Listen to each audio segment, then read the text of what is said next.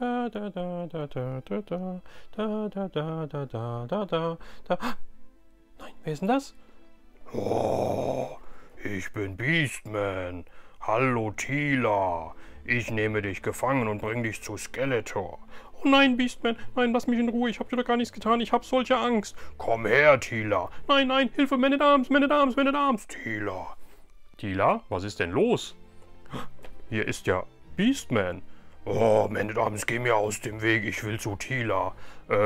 Ja, aber Beastman, Tila ist doch die Masterverse Revelation Tila. Die hat doch keine Angst von dir, oder? Hä? Warum das denn nicht? Ja, Tila ist doch so stark. Moment, Tila? Man at Arms, du hast recht. Ich bin ja die Revelation Tila. Beastman, mach dich auf was gefasst. Ich mach dich jetzt platt. Tila, nein, Hilfe, Hilfe, Skeletor, Skeletor. Komm her, Beastman, komm her, Beastman.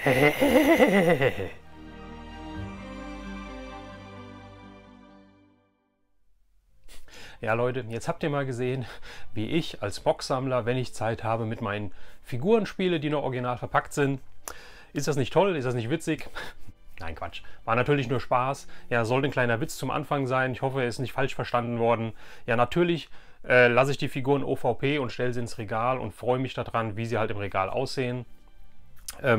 Und ich möchte eigentlich direkt übergehen zu den Figuren selbst. Ja, ich habe die finalen Figuren der Wave 2 bekommen. Den Spycore hatte ich ja schon in einem separaten Video angekündigt.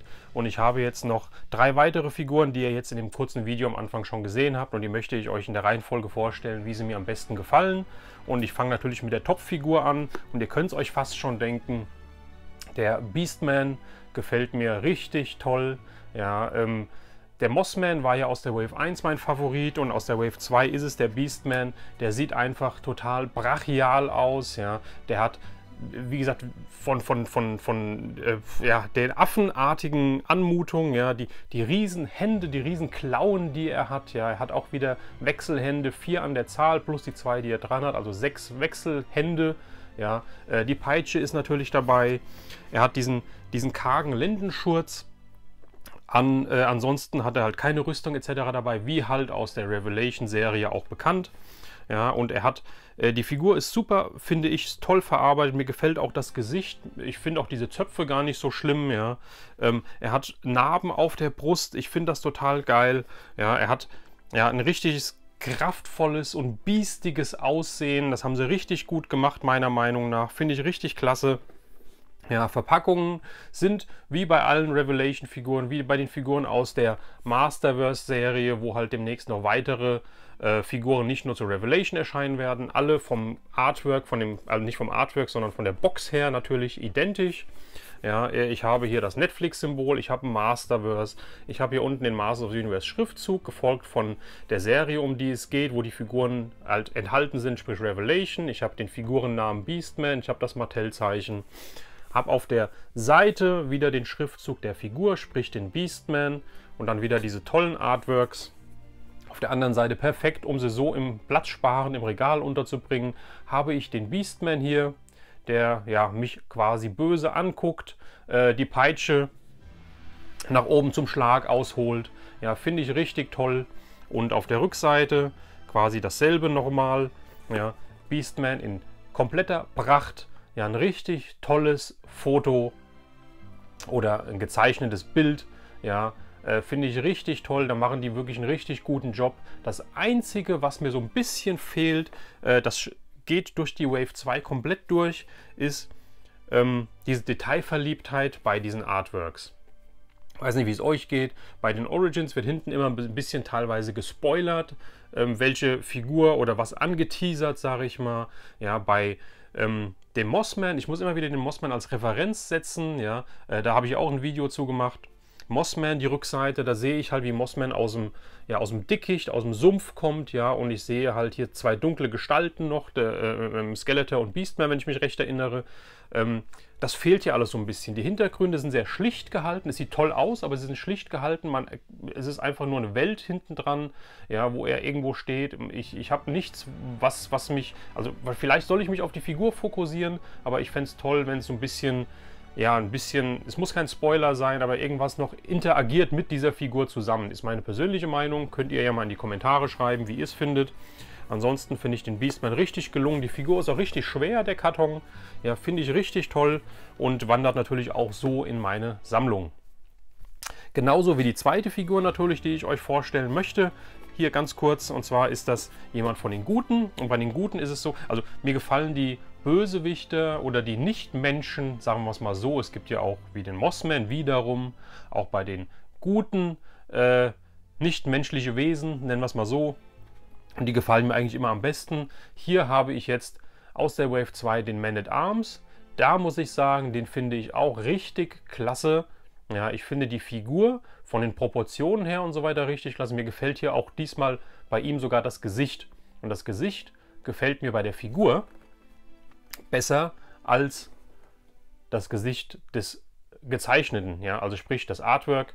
Da gefällt mir die Figur selbst besser als das Bild von ihm, was auf der Box drauf ist. Ja, hier ist es dasselbe. Ich habe halt hier rein nur den Man-at-Arms hinten drauf. Ich habe keine weitere Figur. Er ist halt in irgendeiner anderen Landschaft. Aber es ist halt toll gezeichnet, aber mir ein bisschen zu einfach, muss ich sagen. Man-at-Arms hat natürlich wieder seine Keule dabei, hat auch 4 Wechselhände daneben, also insgesamt auch wieder 6 Hände dabei. Ja, und die Figur von den Farben her finde ich sie richtig toll. Ja, das Orange ist so ein bisschen metallisch, muss ich sagen. Ja, das Grün ist ein bisschen dunkler, als es bei der Vintage-Figur ist. Aber gefällt mir richtig, richtig gut, gefällt mir richtig toll. Und hoffe hier allerdings noch, dass es halt einen Man-at-Arms noch gibt. Der ist, wenn ihr das Video, also zum Zeitpunkt, wo ich das Video aufnehme, noch nicht angekündigt, soweit ich weiß. Aber ein Man-at-Arms, der halt auch, wie er halt auch in den ersten 5 Folgen der Revelation-Serie zu sehen ist. Also sprich halt ein bisschen nicht abgehalftert, aber doch halt nicht mit seiner Rüstung, wenn ihr wisst, was ich meine. Ja, vielleicht kommt er ja noch, würde mich freuen. Das ist so der Standard Man-at-Arms, wie wir ihn kennen. Und auch der wandert natürlich in meine Sammlung. Die dritte Figur aus dem Video und die vierte von den 4 aus der Wave 2 ist natürlich, ja, die Figur, die in den ersten 5 Folgen zumindest halt mehr oder weniger der Hauptcharakter war. Und zwar handelt es sich um Teela.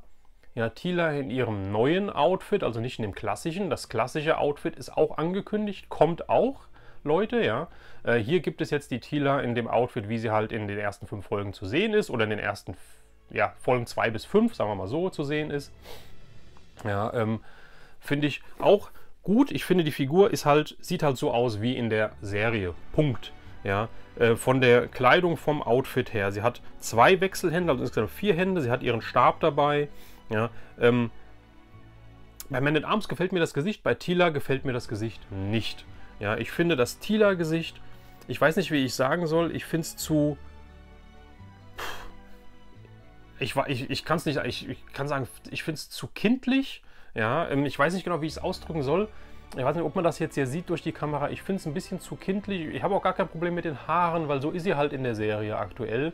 Ja, aber das Gesicht gefällt mir nicht. Im Gegenzug zu den Artworks, die ich hier wieder besser finde, wie zum Beispiel bei Man-at-Arms. Das Bild finde ich toll.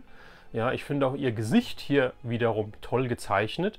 Ja, weil hier sieht es halt ein bisschen wirklich aggressiver aus. Hier sieht es ein bisschen, hier, ich habe keine Angst, ich mache dich kalt. Dieser Ausdruck vom Gesicht halt her.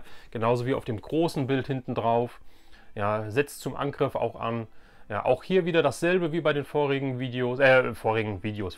Bildern, ja, die ich euch gezeigt habe. Es ist nichts weiter zu sehen, außer die Hauptfigur. Und der Hintergrund wieder irgendein, ja, Gebirge oder was ist. Ne, hier ist es noch irgendwas anderes, ja. Kann sein, dass sie irgendwie in Castle Grayskull da ist oder was auch immer.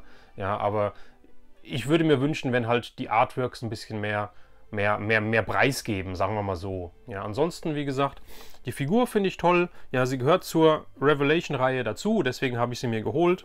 Ja, wie das halt so ist. Erst wollte ich mir keine Revelation-Figuren holen, dann dachte ich mir, ich hole mir nur die mir gefallen. Jetzt habe ich Wave 1 und Wave 2 komplett. So kann es manchmal gehen. Ja, wie seht ihr das? Schreibt doch mal in die Kommentare. Habt ihr auch die Revelation angefangen zu sammeln, obwohl ihr es am Anfang gar nicht wolltet? Das interessiert mich. Ansonsten, ja, wie immer, wenn euch das Video gefallen hat, lasst einen Daumen oben. Ja, das hilft meinem Kanal weiter zu wachsen. Und ich würde sagen, ja, damit sind wir fertig. Wir sehen uns beim nächsten Video. Macht's gut, euer Retro-Rauner.